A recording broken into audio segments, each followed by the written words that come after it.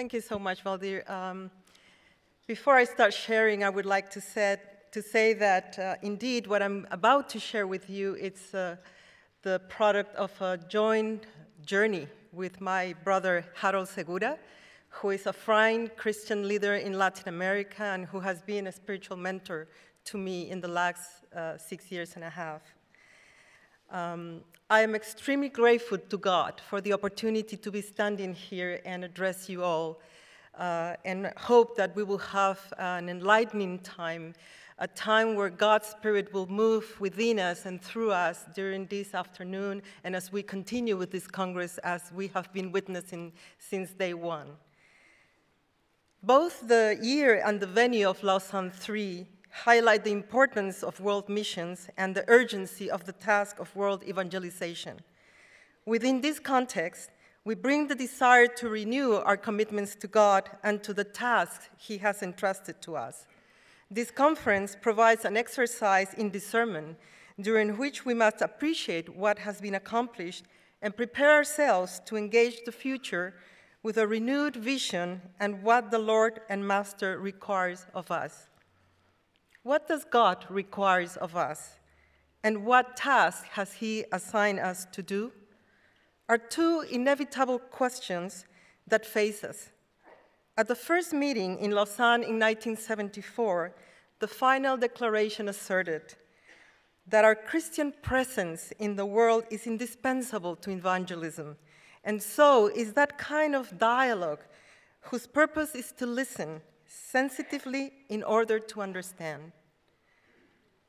The two basic criteria included in that declaration still guide us as we discern intrinsic qualities that shape our missionary work: incarnational presence and compassionate dialogue.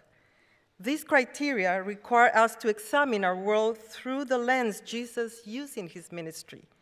He interpreted the signs of the times, and from that perspective, He acknowledged the world's sorrows and responded to them according to the will of His Father. Seeing the world clearly and showing up in the very midst of its anguish and fears is integral to a witness of faith. How can we discuss holistic evangelization without first acknowledging the world's sorrows? We cannot ignore the fact that while scientific progress, technological breakthroughs, and achievements in other fields of knowledge are astonishing, the rate of poverty, exploitation, and social exclusion is disruptive reality in developing, but also increasingly in industrialized countries. Additionally, while the accumulation of wealth by individuals and large corporations is unprecedented in modern times, the magnitude of poverty and inequality that millions of people experience today continues to be unacceptable and appalling. 1 billion people live in less than $1 a day. Think about that for a while. That is almost 1/3 of the world's population. While we study statistics in an attempt to view the whole picture, the millions of people unable to meet the basic needs of food and shelter are much more than simply statistics appealing for compassion and solidarity. The reality poses challenging questions about our evangelization and missionary task. How can we express God's love? How can we be witnesses to the abundant life? What does the announcement of the good news of His kingdom of love mean? As we address the challenges of this new century, a renewed and revitalized understanding of the meaning of Christian social responsibility is crucial. We have a moral imperative to pursue justice in the world, to engage in the struggle against poverty, to join our voices in a denunciation of immoral wealth, and to defend human rights and dignity. The stark reality of wealth and the stark reality of poverty mutually explain each other. One cannot be understood apart from the other. It is about acknowledging the integrated realities of the evils affecting our world. Poverty, cannot be understood in isolation without reference to the immoral levels of wealth in the world. Of greater concern is the startling inequity widening within and among rich and poor countries. We are called now to engage in constructive action that addresses these realities. The millions of individuals living in extreme poverty and extreme wealth demand our compassionate, caring, and prophetic Christian presence. What are the faces of poverty? We saw some of those faces this morning. Children, women, immigrants, and ecology show us the tangible face of poverty in specific ways. Each reflects poverty with its own face, feeling, and voice. Each also reveals that poverty is not outside church doors, but rather inside them. There are millions of poor people in the world that profess faith in Jesus Christ. This is poverty that calls us to assume our prophetic role if we understand that one of the fundamental causes of poverty is injustice. Almost 60 years after the Declaration of the Human Rights, we witness the violation of the dignity of the poor on a day-to-day basis as they experience the violation of the more fundamental rights. It is unacceptable that even today, 24,000 children die every day of the most preventable causes. Even more disruptive is that many of those children who survive will have an existence full of vulnerabilities of all kinds. Malnutrition, with the devastating damages in brain development, disease, lack of education, exposure to abuse, exploitation, different types of violence, and the lack of affection and protection. The unequal distribution of resources and accumulated wealth is one of the most blatant ways in which injustice manifests itself, because it has many ramifications. The existence of unprecedented levels of concentration and accumulation of wealth by individuals, corporations, and nations is an indication that something is fundamentally wrong with the way humankind has organized the economy, power relationships, and society as a whole. We need urgently kingdom values to permeate it all. What about poverty and the environment? Of increasing concern is the fact that the economic interests behind production systems are imperiling life as we know it on the planet today, depleting natural resources at an alarming rate. The main parties responsible for the emission of pollutants are industries that possess infrastructures worth billions of dollars. These infrastructures will need to be transformed or partially dismantled in order to create environmentally friendly means of production of goods and services. Unless key actors are willing to give up resources, wealth, and power, there is no way to turn back and rescue the Earth's sustainability. Any analysis of acquisition of wealth and resulting poverty today must also address extreme consumerism, particularly in sectors that have acquisition power. Many of these consumers are members of our churches, and in most cases are unaware or are insensitive to the psychological and social consequences of creating new desires. Those responsible for production stimulate consumption in irresponsible and unethical ways. As we raise our prophetic voice, we must speak about the thoughtlessness of anti-Christian consumerism. We need to ask ourselves, why is it that church growth does not diminish injustice? Why are Christian ethics not transforming our societies?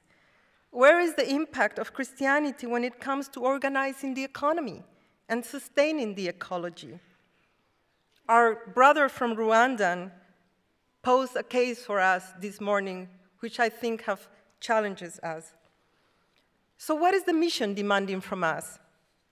In this section, I would like to offer possible avenues to explore together as we seek higher levels of engagement for the Church and for all of us as Christians.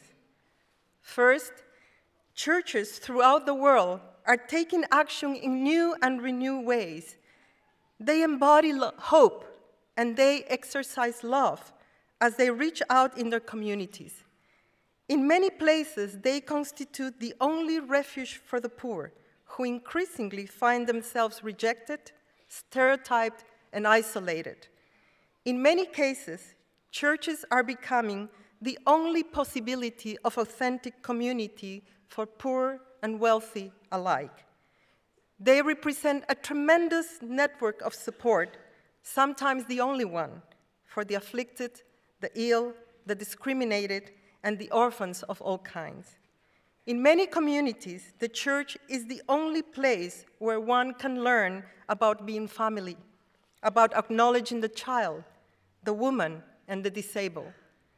Some churches are also becoming the place to learn and practice new ways of caring and protecting the environment as new generations of Christians discuss and question patterns of consumption. We need to encourage this role.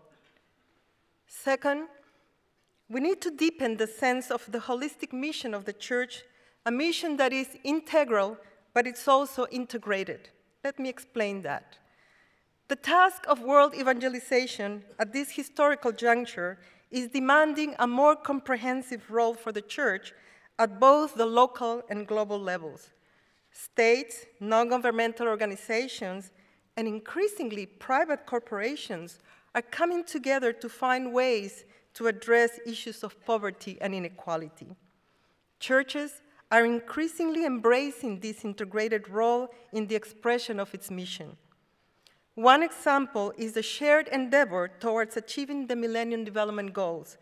There are only 5 years ahead of us to meet the deadline to achieve the 8 goals that the heads of 192 states committed to in year 2000. At this juncture, the most off track are the goals related to child mortality and maternal mortality. Isn't this an irony? According to the World Health Organization, between 40 and 50% of health services are provided by faith-based organizations. And evangelical churches have historically been at the forefront of this.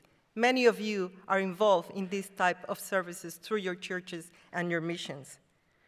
Could we pull out an extra effort so that less children and mothers will die in the years to come? We need to become more effective partners, to negotiate and to seek power. The church has an important role to play as part of civil society, a unique contribution that has a spiritual and kingdom dimensions, collaborating with the state at the local and national levels, as well as demanding from the state transparency and accountability to its people, especially the most vulnerable. In doing this, we need to explore better ways to address corruption at all levels. The fight against poverty demands the involvement of greatest number of stakeholders, as well as astute and effective collaboration that enables impoverished people to be agents of their own development. There is no more room for paternalistic responses. The poor themselves are dignified when they actively engage in seeking solutions to their problems. Third is the need to renew the ethical vocation of the church. This is congruent with its prophetic voice. There is a moral imperative to pursue justice, righteousness, and the dignity of all human beings. This ethical vocation represents, perhaps, the greatest missionary imperative in the years to come. This imperative reflects the relevance of God's people, we, and the message that we proclaim. Centuries ago, evangelical churches were known for their commitment to the task of proclaiming the gospel to the ends of the earth. Our commitment to proclaim and live out the gospel by word, deed, and signs to the ends of the earth continues to be a missionary imperative for us today. It requires us to live out the gospel through our lives and our acts of solidarity and mercy. We have been hearing this again and again in this Congress, in the tables, in the plenaries, in the multiplexes. We are called to active solidarity with the poor right from the very first books of the Bible. This is then the focus and the challenge of the 21st century comprehensive mission emphasis. We are called to reverse and hardening our hearts by opening them to the poor, actively demonstrating that God is close by, that He cries out with them for justice in the world, and that through us, He is embracing them and mobilizing on their behalf. Thank you so much.